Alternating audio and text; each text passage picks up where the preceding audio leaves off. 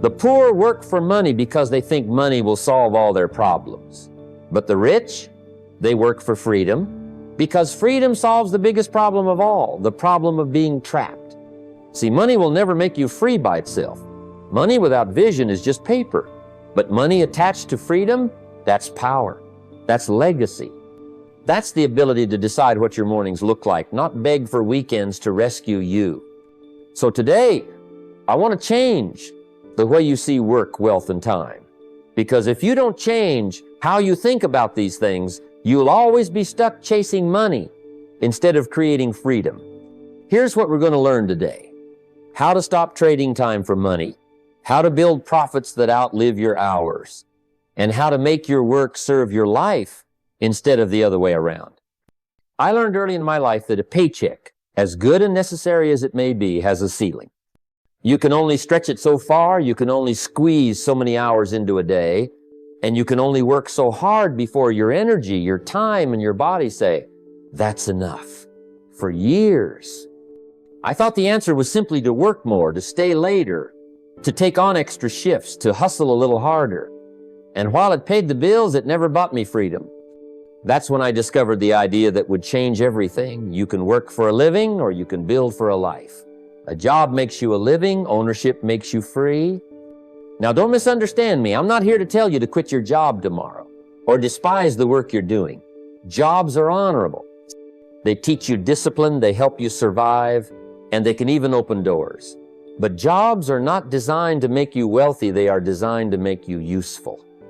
And the day you understand that distinction is the day you start building something for yourself. Because if every dollar you earn depends on you showing up, you will always be trapped by the same 24 hours. Ownership is the great multiplier. It's when you begin to own something, an idea, an asset, a small business, a piece of real estate, even a stream of royalties that continues to work when you're not. Ownership is the quiet engine that keeps running long after you've gone to bed. You plant a tree once, and if you care for it, you can eat from its fruit for decades. A job is like gathering fruit from someone else's orchard.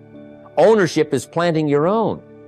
When I was younger, I had a mentor who looked me straight in the eye and said, "You can't just work for money. You need to work for something that will one day work for you." I didn't fully grasp it at first. But he showed me by example. He owned things and those things paid him.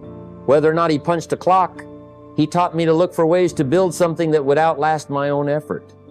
Maybe for you, ownership starts small. A few shares of stock, not just the shoes you were tempted to buy. Maybe it's buying a little rental property instead of trading in for a bigger car. Maybe it's turning your weekend hobby into an online store that sells while you sleep.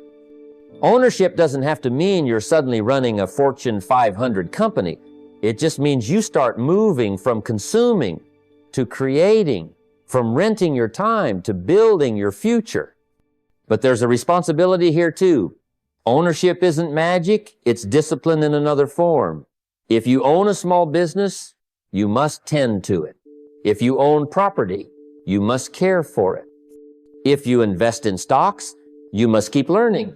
Ownership rewards stewardship. And here's the truth. If you are careless when you're broke, you will be reckless when you're rich. But if you're disciplined when you're broke, you'll be powerful when you're rich. Think about this. Every person you know who is financially free has ownership in something. A job may have started their journey, but ownership gave them the freedom to choose how to live it. Because once you own something, the hours stop being your prison, they start being your choice. You stop counting how many hours you can sell and start counting how many assets you can grow. So here's the challenge I'll leave you with. Don't just trade your time for dollars. Start building something, no matter how small, that will keep working when you don't.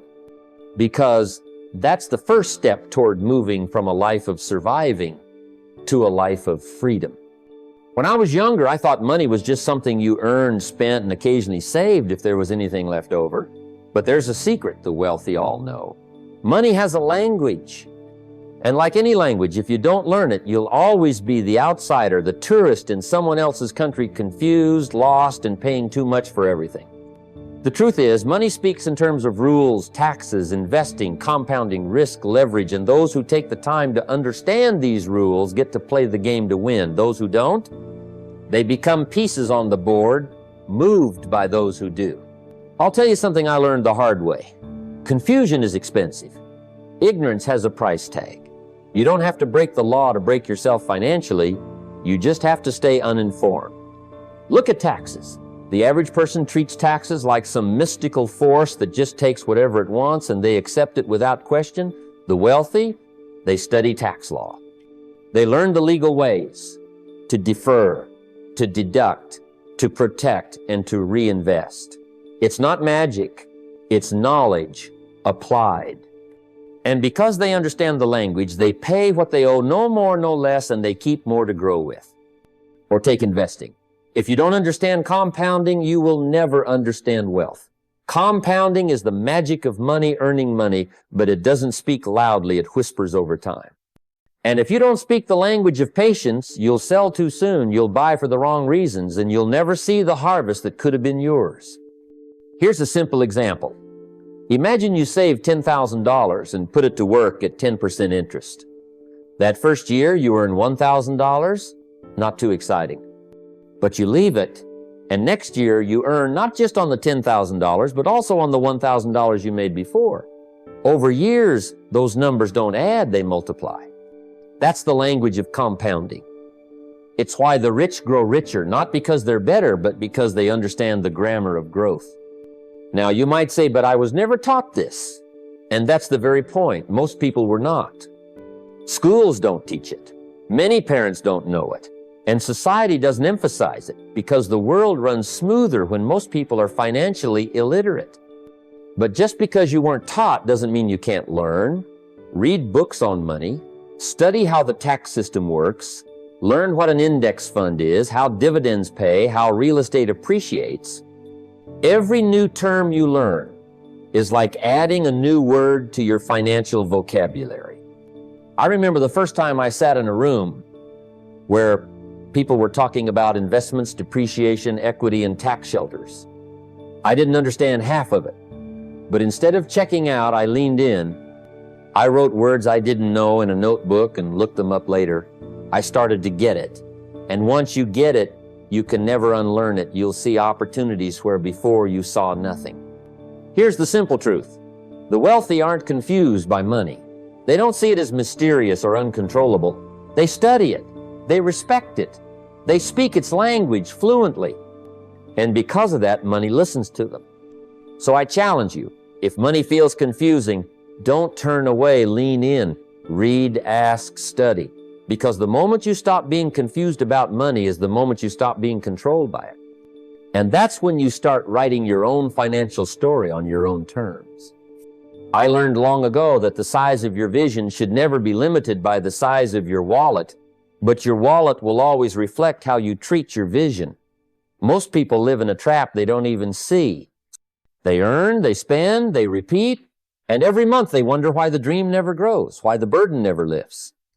The truth is simple, but not always easy. You have to live below your means, but you also have to think far beyond them. That balanced discipline today and vision for tomorrow is what separates the few who build freedom from the many who stay stuck. Here's the mistake most people make. They stretch every paycheck until it screams. They buy the car that takes all their extra, the clothes that cost more than they can afford, the dinners they can't quite justify. And they call it living. But it's not living, it's trading your future for comfort now. And that trade is one you'll regret, because temporary comfort has a way of stealing permanent freedom. I remember my early days when I was earning just enough to keep the lights on.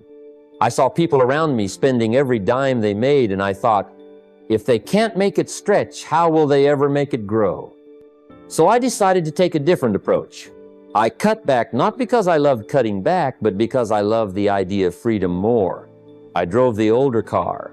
I skipped the fancy dinners. I bought books instead of gadgets. Every sacrifice wasn't just saving money, it was buying a future. That's the shift most people never make. Living below your means isn't punishment, it's a strategy. Every dollar you don't spend is a soldier you can send into the future.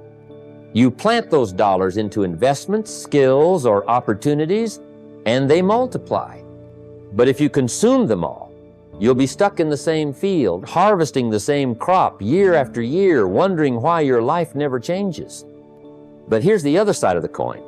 While you live below your means, you have to think beyond them.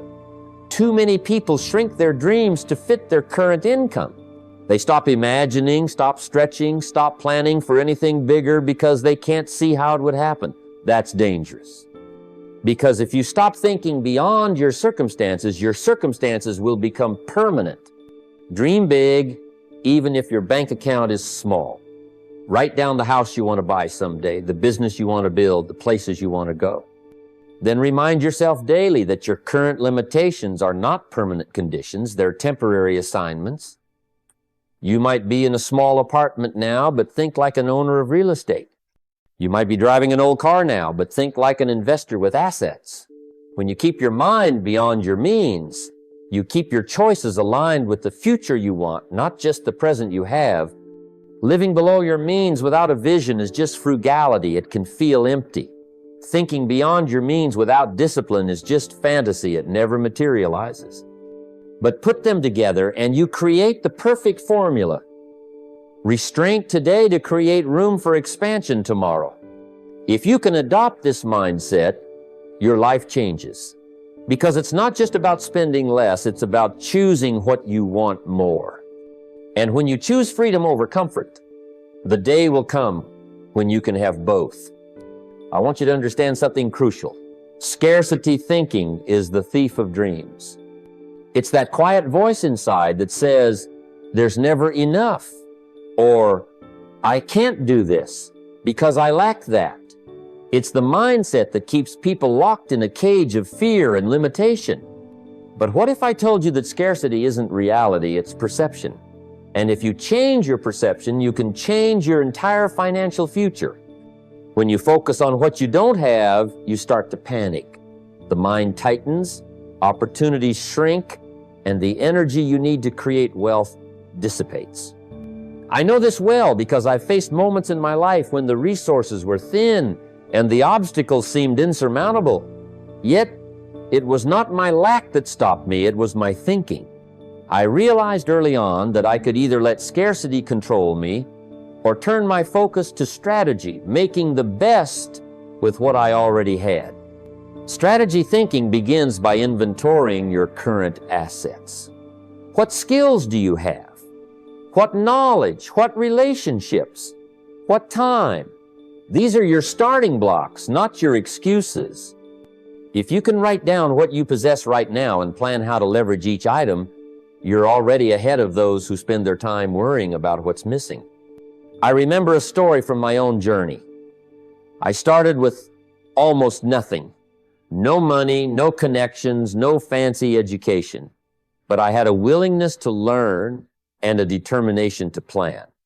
I mapped out how I could improve myself daily, how I could invest small amounts into books, courses, or tools. I found mentors and learned from their experience. Each small step was a strategy built on what I did have time, desire, discipline, not on what I lacked. The key is to replace the panic of scarcity with the calm calculation of strategy. Instead of thinking, I don't have enough money to invest, think, what can I do today to prepare for investment tomorrow? Instead of lamenting a lack of connections, ask, who can I reach out to for guidance or partnership? By shifting your mindset this way, you free your mind from the shackles of fear and open it to the possibilities that exist right now. This strategic mindset becomes a daily habit.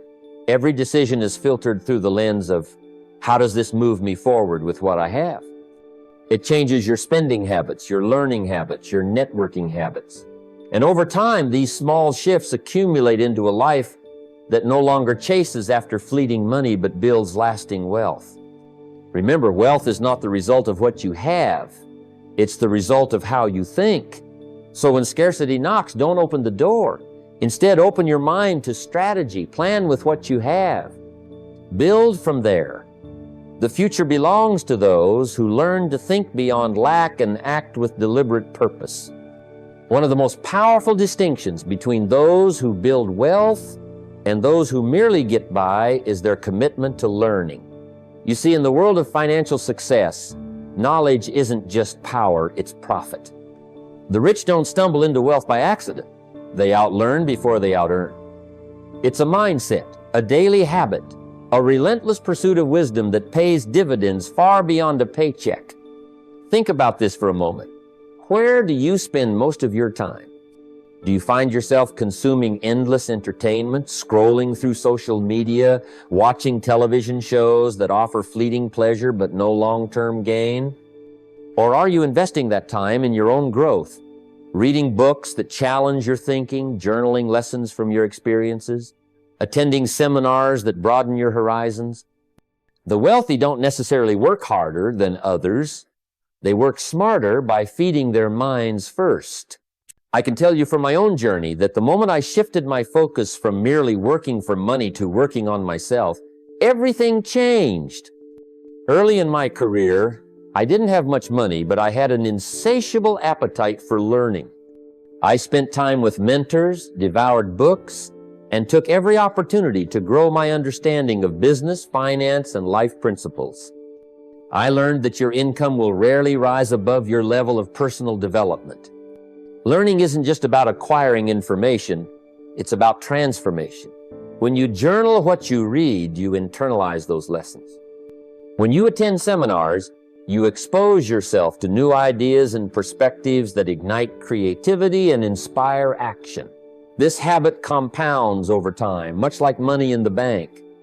It's the foundation upon which your wealth is built. And remember, this isn't about formal education alone.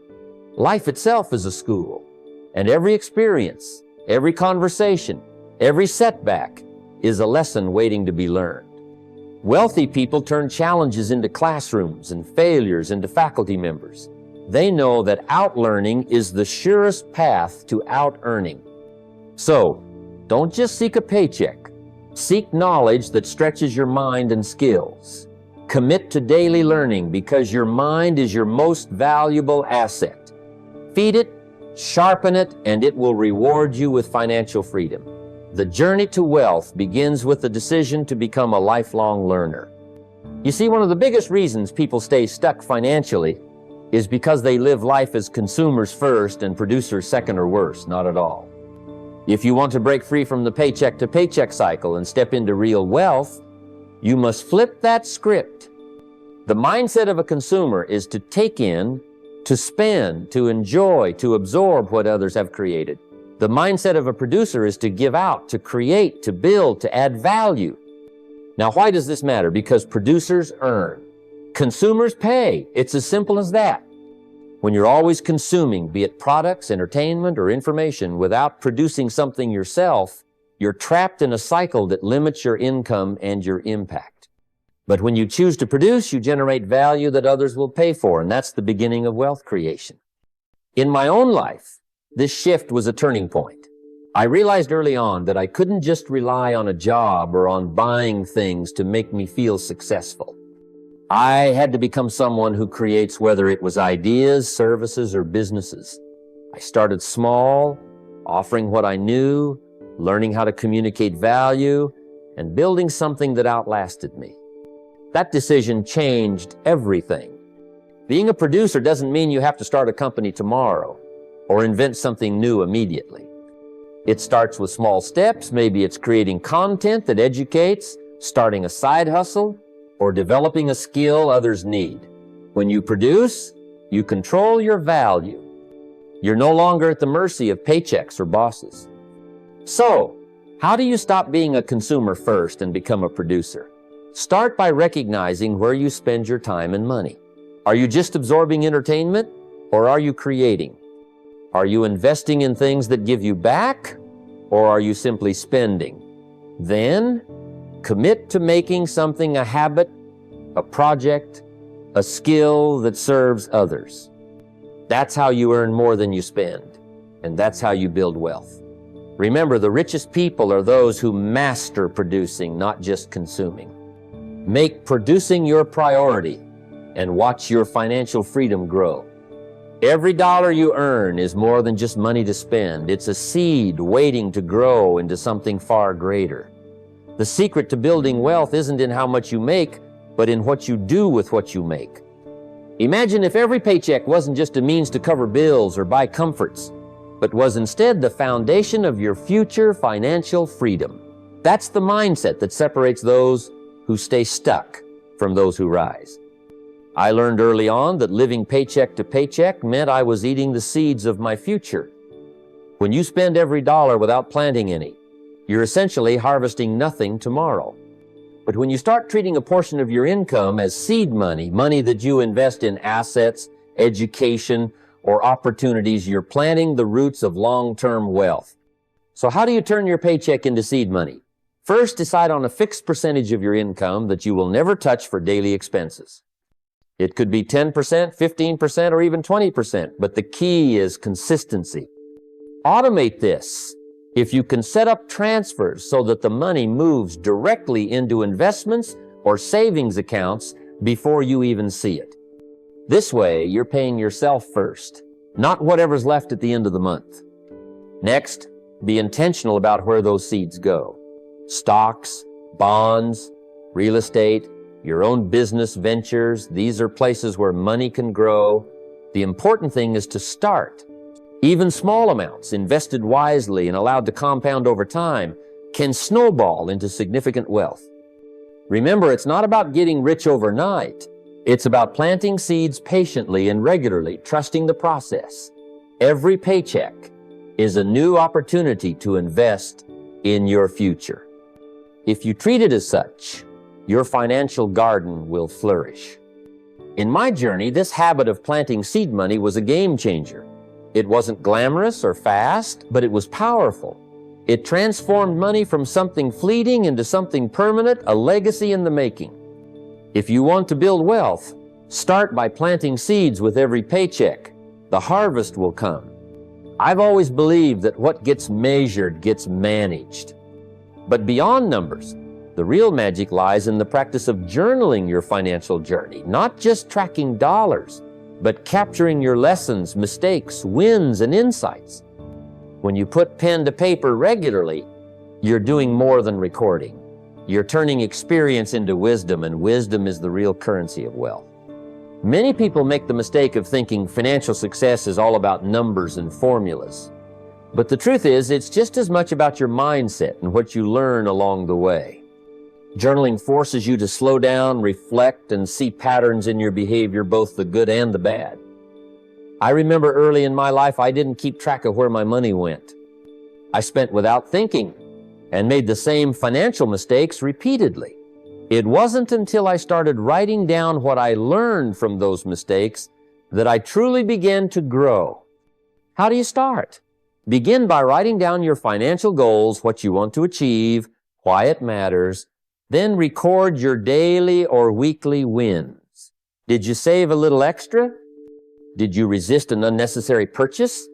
Did you learn something new about investing? Also, be honest about your mistakes. What caused you to overspend? Where did your mindset slip into scarcity? Writing these down removes the emotion and allows you to analyze them objectively. This practice turns fleeting moments into lessons you can revisit, learn from, and build upon. It's like having a personal financial coach in your pocket, guiding you with every page.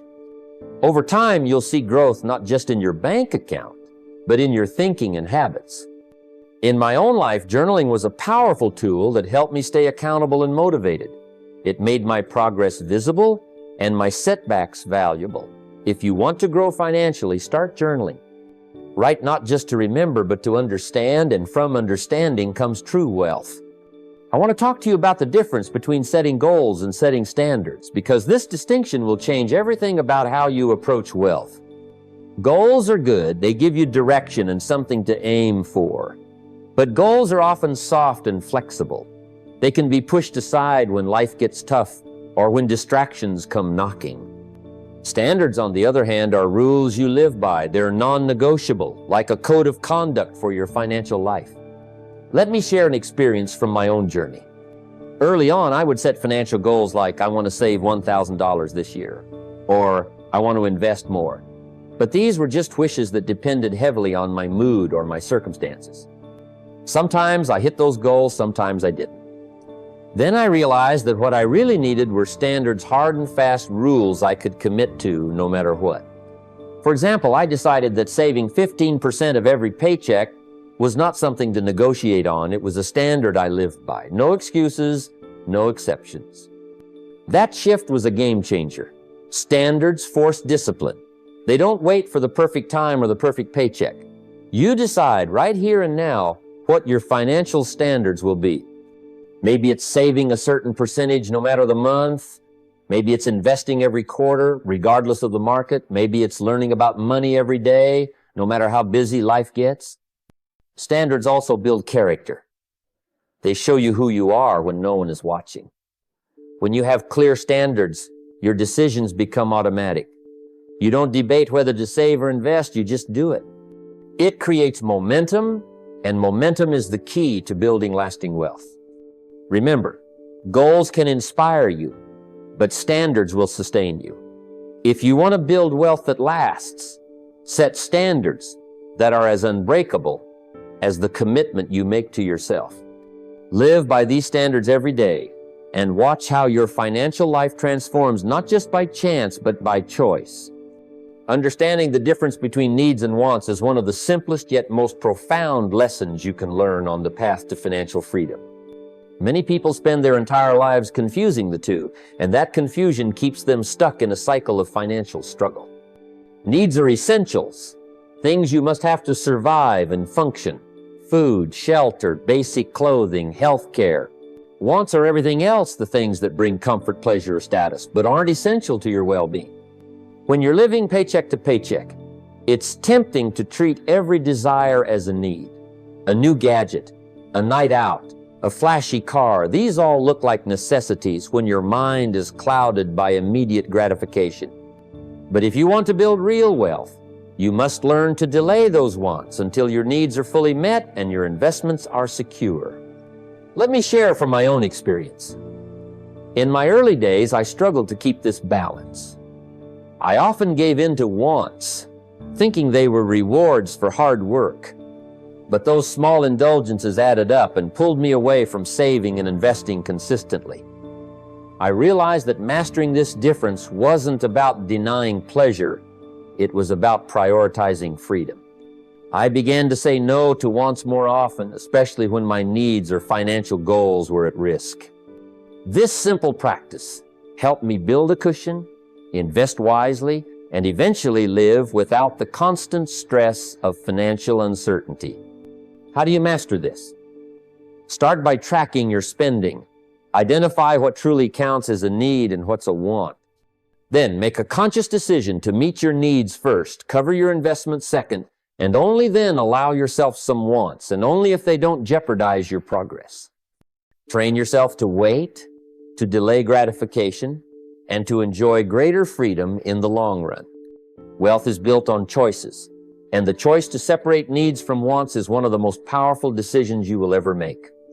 When you do this well, you're no longer a slave to impulse. You're the master of your financial destiny.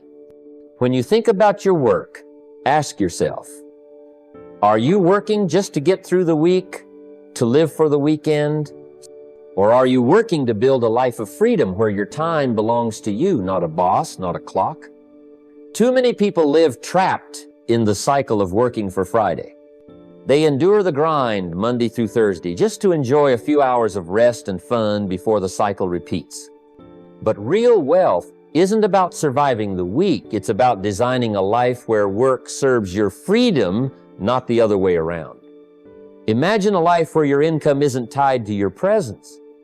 A life where you can choose when and where to work. Or even better, where your money works for you, giving you freedom from the daily grind. I've seen this truth play out in my own journey. Early on, I was working hard, focused only on the next paycheck. I didn't realize that this pattern was keeping me in a financial prison. It wasn't until I shifted my mindset from working for money to building freedom that everything changed. I began to invest in assets that generated income, whether I was working or resting. I started businesses that could run without me being there every minute. I made decisions that looked uncomfortable at the moment, sacrificing immediate pleasures to create long-term freedom. So how do you work for freedom, not just for Friday? First, develop a plan that goes beyond just earning a paycheck. Start by thinking about how you can build streams of income that don't require your constant effort. Learn new skills that create leverage so your time is multiplied, not traded. Invest in assets, whether stocks, real estate, or businesses that pay you back continuously. Also, design your day and your work around what moves you closer to freedom. That might mean budgeting time for learning and growing, or it might mean saying no to distractions that keep you stuck in survival mode. Remember, working just for Friday keeps you a prisoner of your schedule. Working for freedom sets you free to live life on your terms. That's the mindset that separates the wealthy from the broke. Choose freedom today, and you'll thank yourself tomorrow. As you grow in wealth and success, there's a temptation that quietly creeps in, the temptation to let pride and arrogance take root. It's easy to start believing that you alone made it happen, that you're somehow above others. But true success is never just about what you have. It's about who you become in the process. Without humility, wealth becomes a fragile thing, vulnerable to being lost because pride blinds judgment. Staying humble means keeping gratitude at the center of your heart. Every dollar earned, every opportunity granted, every lesson learned is a gift. When you realize that wealth is not an entitlement but a responsibility, you build a foundation that can support your growth over the long haul. Humility reminds you that no matter how far you go, there's always room to learn, improve, and give back. In my own life, I remember times when success came quickly and the ego tried to swell. But the moments that grounded me most were when I reflected on my beginnings, how far I had to travel, the people who helped me, and the challenges I overcame. Those reflections kept me anchored, reminding me that wealth is a tool for service, not just self. Practically, staying humble means seeking out mentors and feedback even when you think you've arrived. It means listening more than speaking and valuing others' perspectives. It also means practicing gratitude daily, taking a moment each day to acknowledge what you have and the people who support you. Humility keeps your mind open to wisdom and your heart connected to purpose. It protects you from the pitfalls of arrogance that can erode relationships, cloud judgment, and ultimately undermine the very wealth you've worked so hard to build. So, as you rise, don't just build your bank account, build your character. Let humility be the quiet strength that guides your journey, keeping you wise, grounded, and truly free. Creating money habits that outlive you is about thinking beyond your own lifetime and building a legacy of financial wisdom and security for those who come after you. It's easy to focus only on the here and now, earning today, spending today. But real wealth is created when you develop habits and systems that work not just for you, but for generations. One of the most powerful ways to do this is through education. Teach your children and loved ones about money, not just how to spend it, but how to save, invest, and grow it. Pass on the lessons you've learned the hard way so they don't have to repeat the same mistakes. When I was growing up, I saw firsthand how knowledge transformed lives. It wasn't just about having money. It was about understanding what money really is and how it can serve as a tool for freedom and opportunity. Automating your investments is another key habit. Don't rely on willpower alone to save or invest regularly. Set up automatic transfers to savings accounts, retirement funds, or other investment vehicles.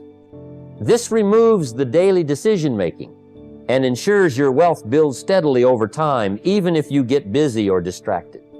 Automation turns good intentions into consistent action, and that consistency compounds into significant results. Beyond automation, think about building systems businesses, rental properties, royalties that generate income independently of your daily effort. These are the seeds that grow even when you're not actively working. I've always believed that the greatest financial freedom comes when your money works for you, not the other way around. By focusing on teaching, automating, and building systems, you create a financial ecosystem that thrives beyond your lifetime. This isn't just about leaving money behind, it's about leaving a blueprint for success, a set of habits and principles that your family and community can rely on long after you're gone. So start today, make your money habits intentional, disciplined, and geared toward longevity. Build for tomorrow and the generations that follow, because true wealth is the legacy you leave, not just the balance in your bank account.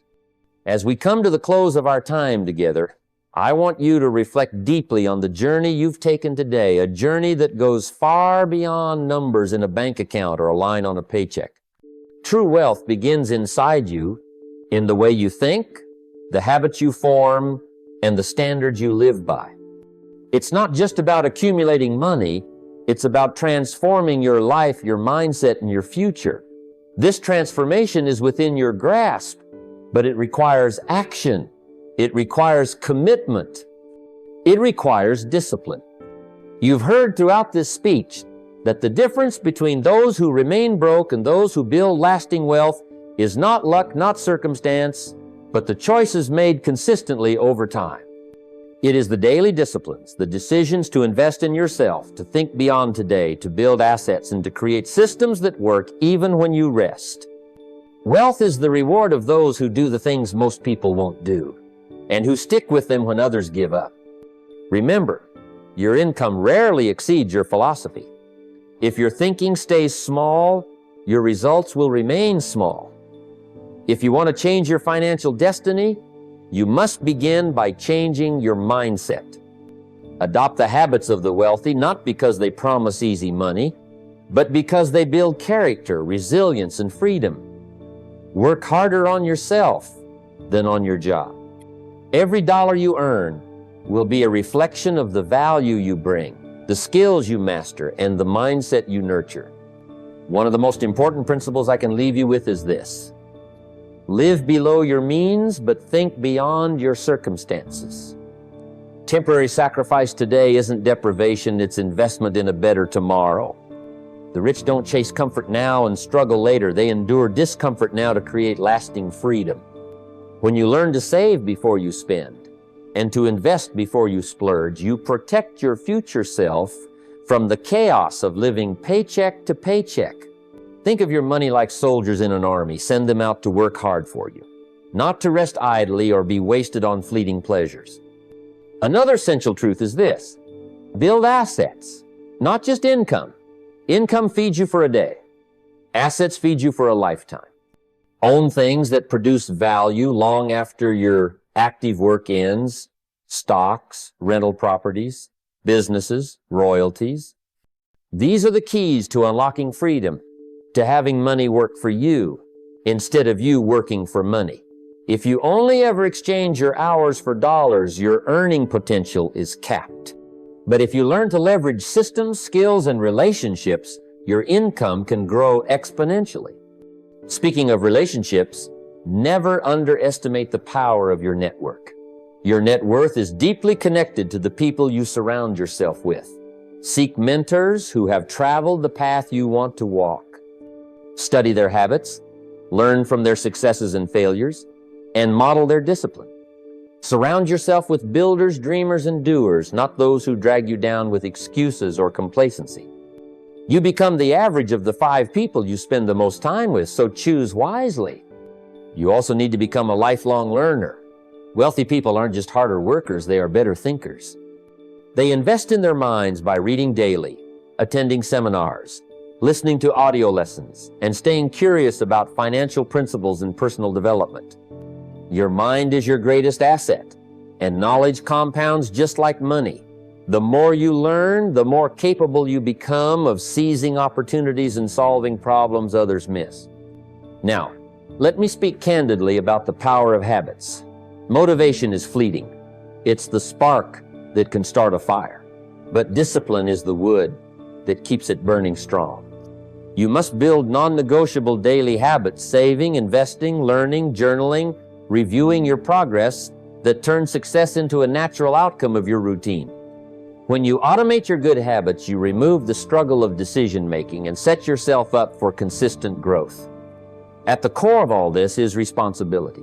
Stop blaming circumstances. Stop waiting for the perfect moment. Stop making excuses. Wealth begins the day you take full responsibility for your life. Every setback, every failure is a lesson. Treat problems as profit lessons.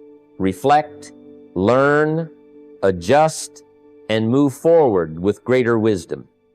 You are the architect of your future, and the blueprint is drawn with the choices you make today. As you climb the ladder of success, remember to stay humble. Arrogance can destroy wealth faster than ignorance. Gratitude grounds you, giving you clarity and calm.